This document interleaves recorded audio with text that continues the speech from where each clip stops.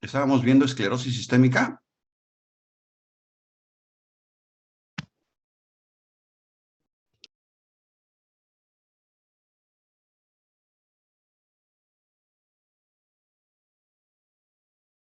Me parece que aún no la iniciábamos, doctor. Pero sí terminamos la de polimiositis, ¿verdad? Sí, doctor. Ok. Sí. Bueno, entonces vamos a empezar con esclerosis sistémica progresiva.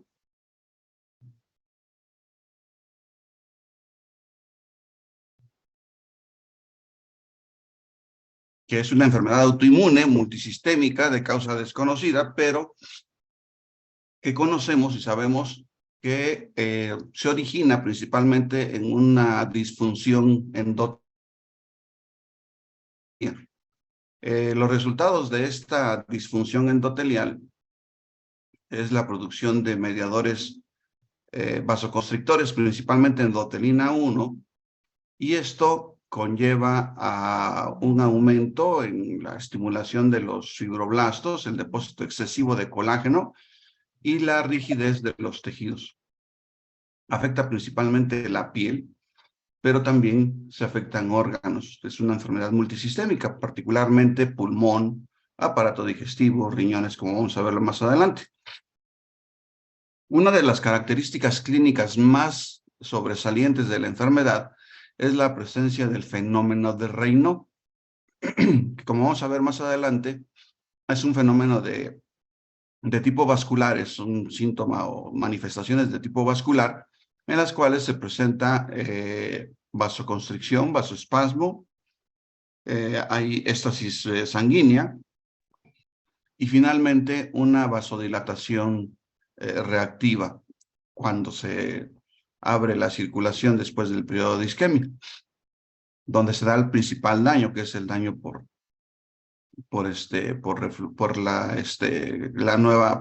el restablecimiento de la corriente sanguínea. La afección visceral, ya les mencionaba ya hace rato, es muy importante, afecta órganos como el pulmón, yo creo que sería de lo más frecuente junto con el aparato digestivo, pero también afecta riñones, el sistema nervioso periférico, principalmente.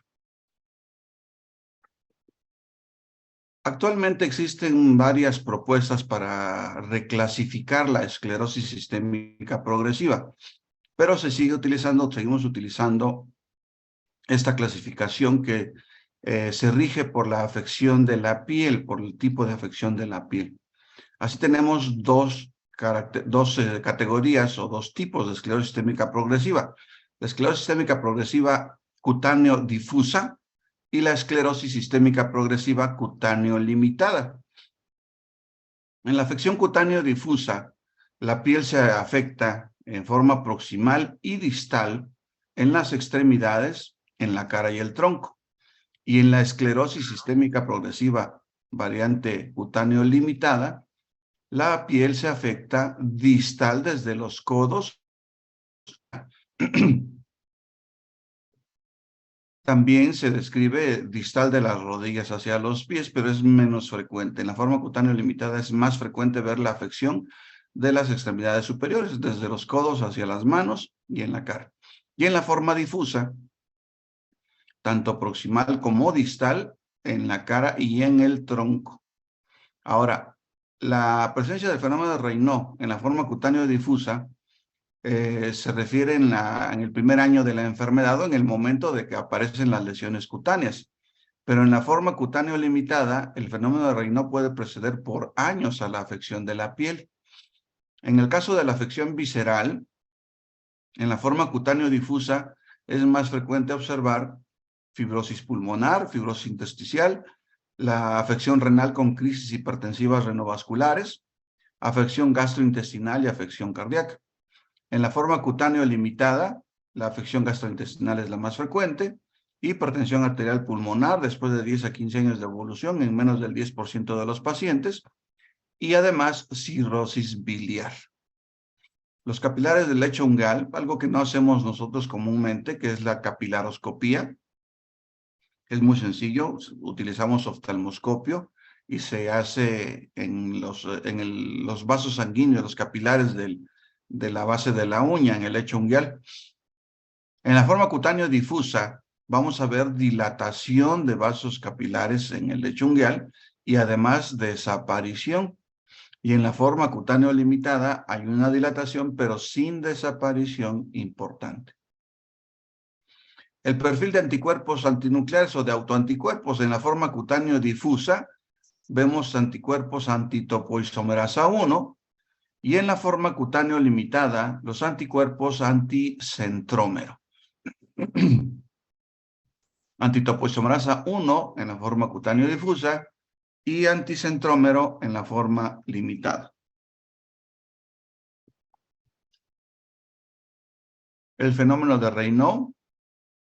Vamos a analizar un poco los síntomas particulares. Se presenta hasta en el 100% de los pacientes con la forma cutánea difusa y en la forma cutánea limitada hasta un 95%, un poquito menos frecuente. El engrosamiento de la piel se ve obviamente en el 100% de la forma cutánea limitada y debería verse en el 100% de la forma cutánea difusa. Perdón, sin embargo, aproximadamente un 2% de los pacientes con la forma cutánea difusa tienen algo que se llama esclerosis sistémica progresiva sin esclerodermia. Acordémonos que aunque se usan como sinónimos, la palabra esclerodermia significa piel dura. Y el término de esclerosis sistémica progresiva se refiere a la afección sistémica o a la afección orgánica múltiple de la enfermedad.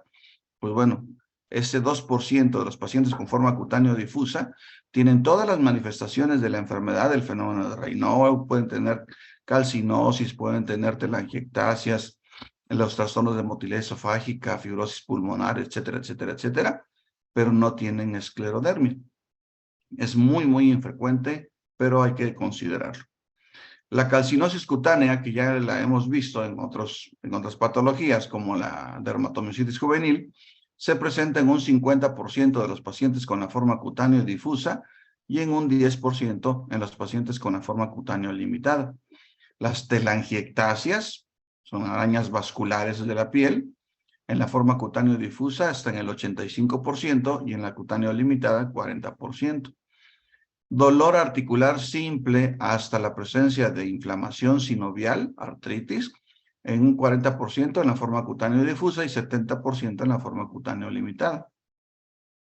Una miopatía, una inflamación del músculo estriado, se llega a ver en un 5% en la forma cutánea difusa y hasta en un 50% en la forma cutánea limitada.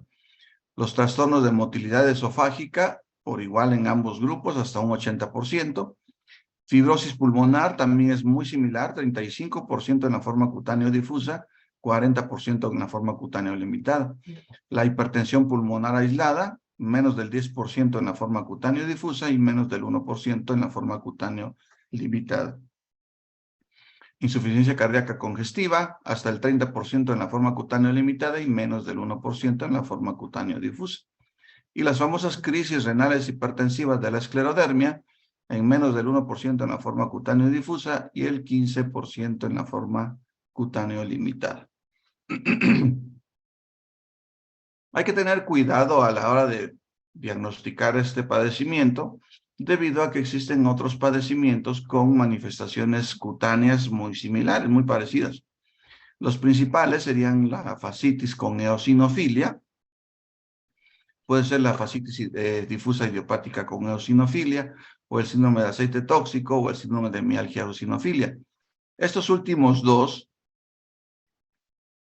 fueron manifestaciones clínicas de la ingestión de una producción de aceite de oliva contaminado en Europa, particularmente en España, y el síndrome de mialgia eosinofilia, un problema manifestado en pacientes que usaban complementos alimenticios a base de aminoácidos, particularmente triptófano, también por un contaminante en esos productos en Asia, sobre todo particularmente en Japón.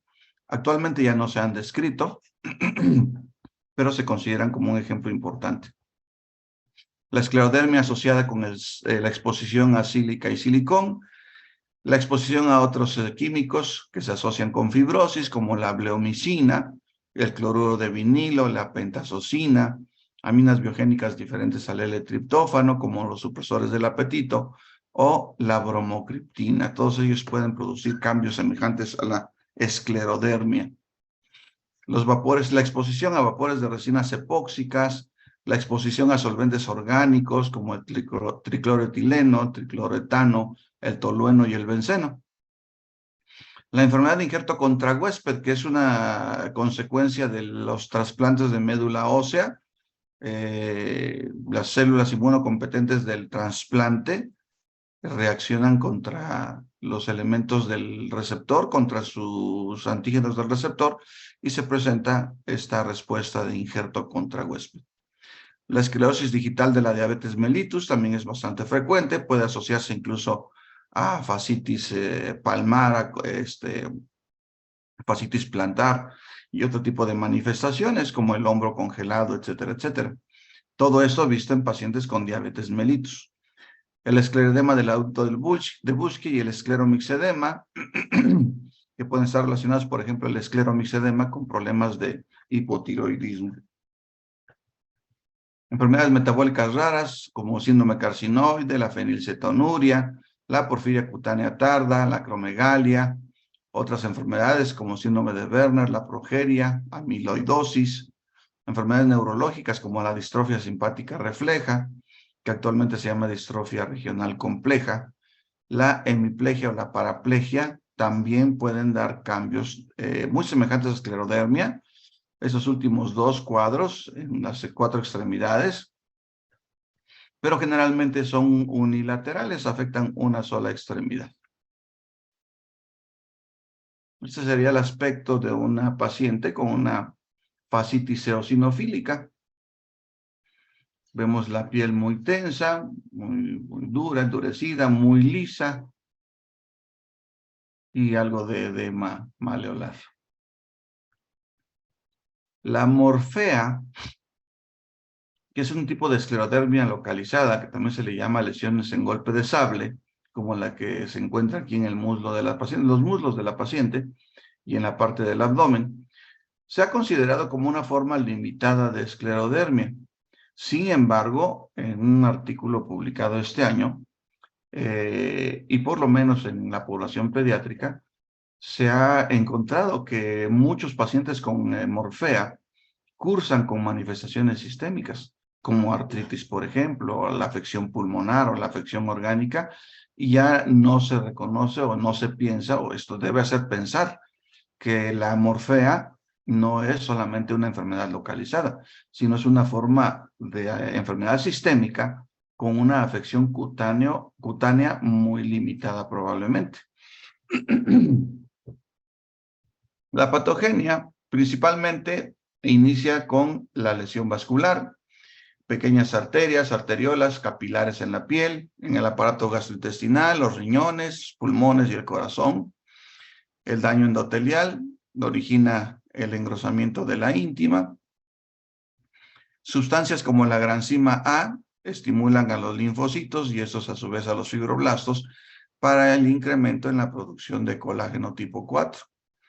Se afecta la lámina basal por ese depósito excesivo de colágeno también. Dentro de todo el proceso de la enfermedad se ha observado citotoxicidad mediada por anticuerpos contra las células endoteliales y anticuerpos antiendoteliales. Esto, por supuesto, está relacionado con la liberación de los potentes vasoconstrictores que se presentan en esta enfermedad, como la endotelina 1. La exposición al frío o el estrés emocional intenso pueden hacer que se incremente la producción y la secreción de interleucina 1, de endotelina 1, perdón, y esto a su vez origina los cuadros de vasoconstricción que clínicamente se van a manifestar como el fenómeno de Raynaud. Pero además del efecto vasoconstrictor, la endotelina 1 también es un potente estimulante para los fibroblastos y el depósito, la síntesis y el depósito de colágeno.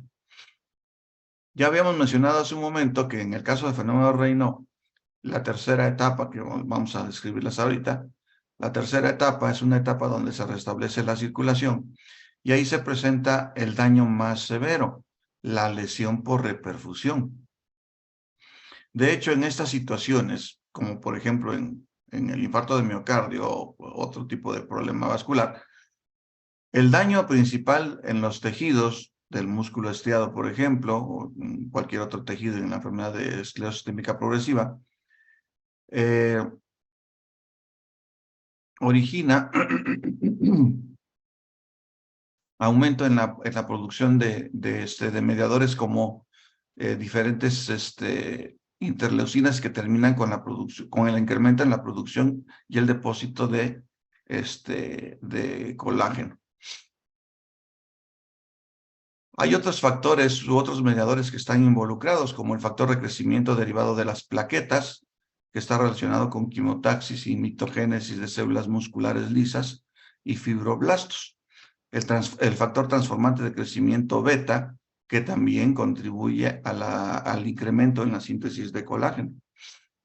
Infiltrados difusos y perivasculares de linfocitos T, monocitos en la piel aparentemente normal, adyacente a las lesiones fibróticas. Por eso cuando se hacen biopsias es muy importante que la muestra de biopsia, la mitad incluya el borde de la lesión y la otra mitad incluya piel sana, porque las mismas alteraciones que se observan en la piel lesionada se pueden encontrar en la piel sana. Ya lo habíamos mencionado en el lupus eritematoso también. Se encuentran agregados de linfocitos T cooperadores, CD4 positivo, aumento en la expresión de interleucina 2, el receptor de interleucina 2, de aminasa de adenina, que a su vez tiene efectos sobre la producción de leucotrieno A, la interleucina 4, que también tiene efectos sobre la proliferación de fibroblastos, la interleucina 6, que forma un asa de retroalimentación con la interleucina 2.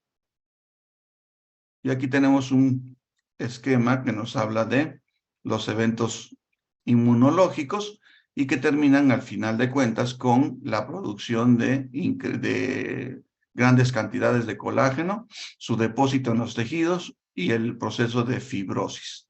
Fibrosis que afecta tanto a la piel como a los órganos.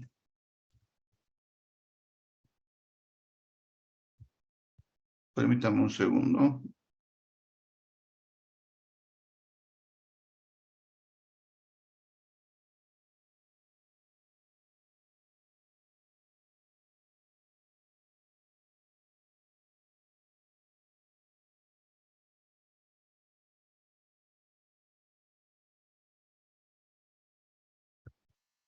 El fenómeno de Raynaud es un cambio súbito en la coloración de los dedos, de la piel de los dedos, de las manos y los pies por exposición al frío y el estrés emocional. No solamente es los dedos de las manos y los pies, sino todas las partes acrales del cuerpo.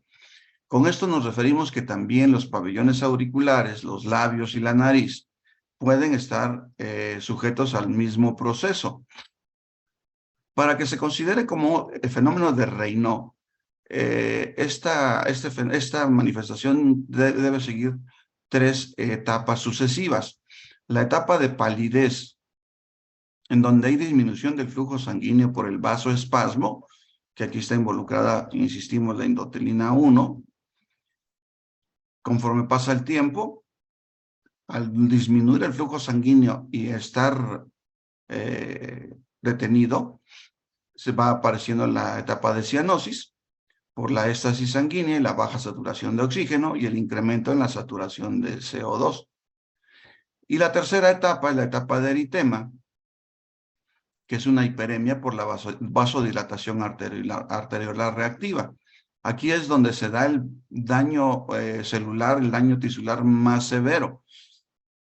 La etapa de espasmo y la de cianosis o de baja saturación de oxígeno no producen tantos daños como la etapa de hiperemia por vasodilatación, porque empiezan a circular mediadores que se han producido durante el vasoespasmo y estos mediadores tienen un mayor potencial para lesionar los tejidos y las células.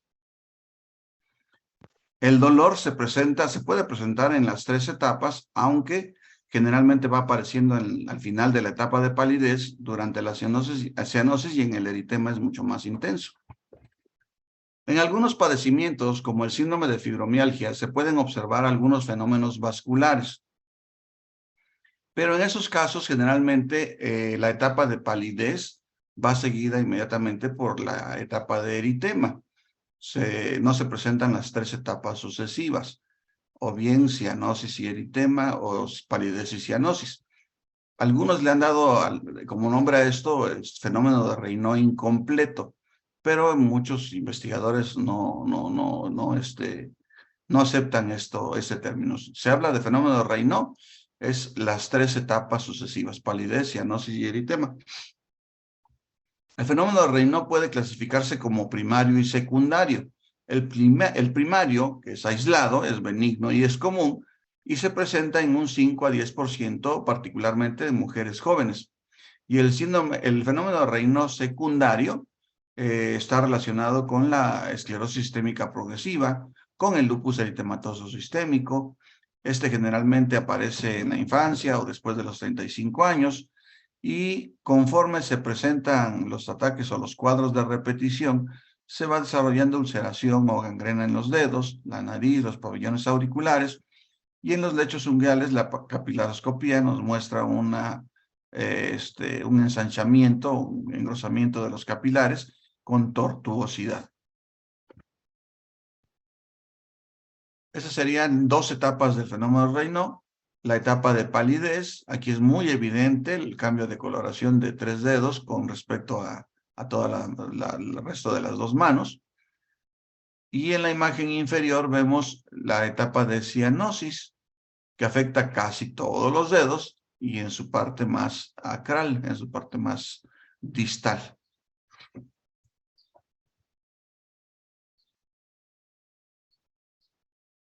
La afección cutánea en la esclerosis sistémica progresiva varía dependiendo de la variedad que se trate, cutáneo limitado y cutáneo difusa. Pero generalmente pues afecta a los dedos, las manos, la cara, los pies, el tórax y el abdomen. La afección cutánea lleva también una asociación de varias etapas. En la primera etapa hay la presencia de edema de la piel, edema cutáneo. Esto se acompaña de prurito que muchas veces da origen a investigación de otros padecimientos hepáticos, renales o hematológicos. Progresivamente, con el paso del tiempo, se va desarrollando el endurecimiento de la piel, con limitación de los movimientos, porque la piel se endurece a tal grado que pierde totalmente su flexibilidad. Podemos encontrar telangiectasias en las manos, en las mejillas, en los labios, que es algo bastante común cuando hay alguna alteración de la piel, particularmente con adelgazamiento cutáneo. Esta es la facies característica de los pacientes o las pacientes con esclerodermia. La piel lisa, tensa. Si esta persona levantara la cara, veríamos cómo el cuello se tensa y la paciente no podría levantar la cara normalmente. La nariz muy delgada, terminando prácticamente en punta. Las alas nasales también muy retraídas, muy aplanadas. Y estos pliegues radiados en la boca con adelgazamiento de los labios. Labios muy delgados, con pliegues radiados en los labios.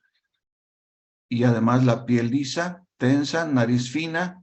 En algunas ocasiones el paciente no puede cerrar los ojos y casi siempre está con los ojos abiertos y haciendo movimientos oculares un poco extraños para poder lubricar lo mejor posible.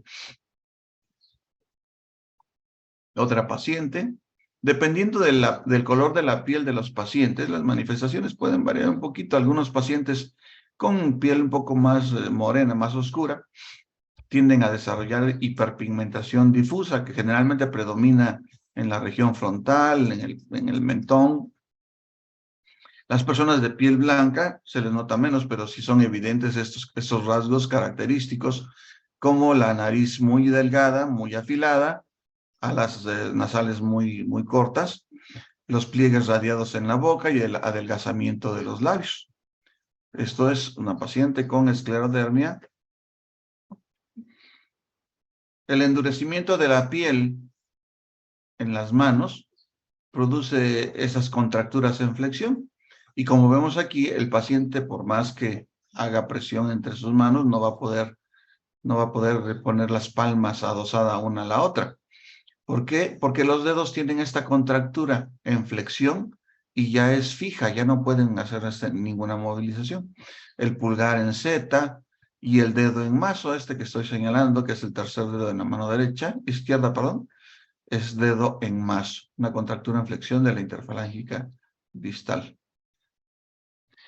Entonces la piel es lisa, brillante, se borran los pliegues que se encuentran sobre las articulaciones metacarpofalángicas, interfalángicas proximales e interfalángicas distales. Otro detallito que hay que tomar en cuenta. Otro paciente con afección cutánea en las manos y un grado mucho más severo de contractura muscular, los pulgares en Z. Esta posición, esta postura está permanente, es permanente, ya no se puede modificar, el paciente ya no puede abrir la mano y tampoco puede cerrar el puño más todavía. Y le cuesta mucho trabajo para sujetar objetos de cualquier tipo.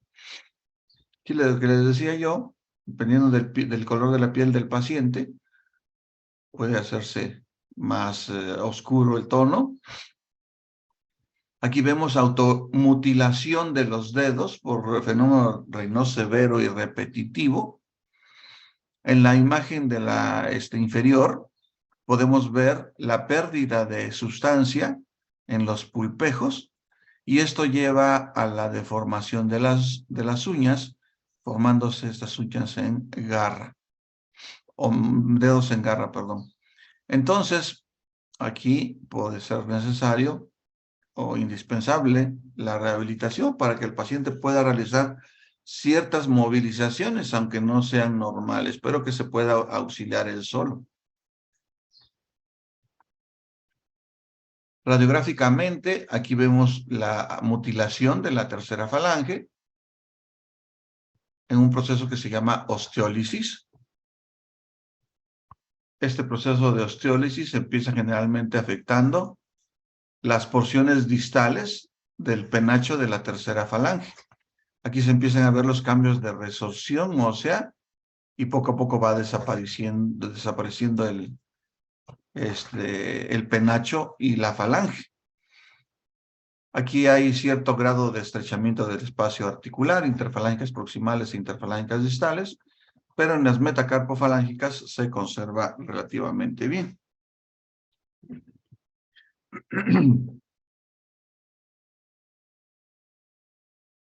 En esta otra imagen vemos así como la pérdida del penacho de la tercera falange por osteólisis, aquí donde señalo, tercer dedo de la mano izquierda, y vemos estas imágenes radioopacas alrededor de las articulaciones metacarpofalángicas, interfalángicas proximales.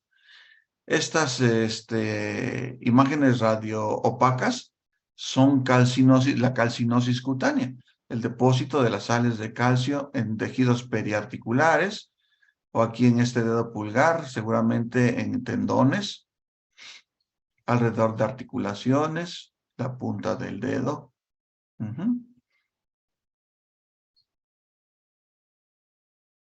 A nivel del aparato digestivo, se afecta desde el esófago hasta el colon. Hay disfagia, reflujo, estenosis, hipomotilidad con proliferación bacteriana y mala absorción, y divertículos de boca ancha con megacolon pseudotóxico. Ese es un ejemplo de un esofagograma. Aquí la floculación del medio de contraste, esas pequeñas manchas oscuras, nos indican irritación de la mucosa gástrica, o sea, una mucosa esofágica, perdón, o sea, una esofagitis, seguramente es por reflujo, y vemos en la parte inferior un estrechamiento en la columna de vario. Si pudiéramos llegar a observar más abajo, seguramente veríamos que se pierde la columna de vario a nivel del esfínter del cardias. Y además se presenta el estrechamiento distal, pero la dilatación proximal. Estos pacientes hay que someterlos en algunas ocasiones a dilataciones del esófago. Aquí podemos ver otros ejemplos, el esofagograma, y aquí en la parte inferior, en el panel de en medio, vemos el estrechamiento de la columna de vario y prácticamente no pasa nada hacia el estómago. Muy bien. A nivel renal, encontramos las crisis renales de la esclerodermia. En esos pacientes vamos a encontrar una anemia hemolítica, microangiopática, hipertensión grave, insuficiencia renal aguda, perdón, y también aquellos pacientes con insuficiencia renal crónica. La hipertensión arterial pulmonar generalmente se debe a la enfermedad intersticial. Esos pacientes pueden empezar muchas veces con cuadros de neumonitis y posteriormente, paulatinamente, ir desarrollando fibrosis. A nivel cardíaco, alteraciones del sistema de conducción, bloqueos, miocardiopatía. Es un paciente que además tiene dedos en palillo de tambor.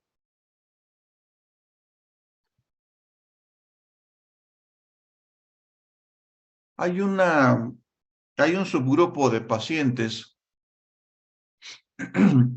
con la afección cutánea limitada que presentan ciertas características muy constantes, que son la calcinosis, el fenómeno de Raynaud, la afección esofágica, la esclerodactilia y la presencia de telangiectasias. A todas estas características se le da el nombre de síndrome de Crest. Es por las letras, es un acrónimo por las letras. En estos pacientes se encuentran anticuerpos anticentrómero, hipertensión pulmonar, afección cutánea limitada, gangrena digital por la repetición del fenómeno de Raynaud y menor frecuencia de la afección renal. Esas son las telangiectasias, ustedes las conocen mejor que yo. Si hacemos presión sobre el vasito central, todo el resto de la araña vascular desaparece. Insisto, esto se da generalmente ya a pacientes que tienen la piel muy, muy delgada. Pues este es un ejemplo de calcinosis cutánea. Otro ejemplo de calcinosis en rayos X, alrededor de las articulaciones interfalángicas distales, pero aquí vemos resorción del penacho de la tercera falange, que eso corresponde a la osteólisis. Aquí la osteólisis ha afectado la diáfisis de la tercera falange. Por anticuerpos, podemos encontrar anticuerpos en esclerosis sistémica progresiva hasta el 80% de los pacientes. Hipergamaglobulinemia en un 50% de los pacientes. Mucho ojo aquí, la eosinofilia puede ser algo frecuente como un marcador de inflamación. Sin embargo, no se llega a ver en más del 10%. Y aquí hay que hacer el diagnóstico diferencial, por supuesto, con aquellas enfermedades asociadas a eosinofilia.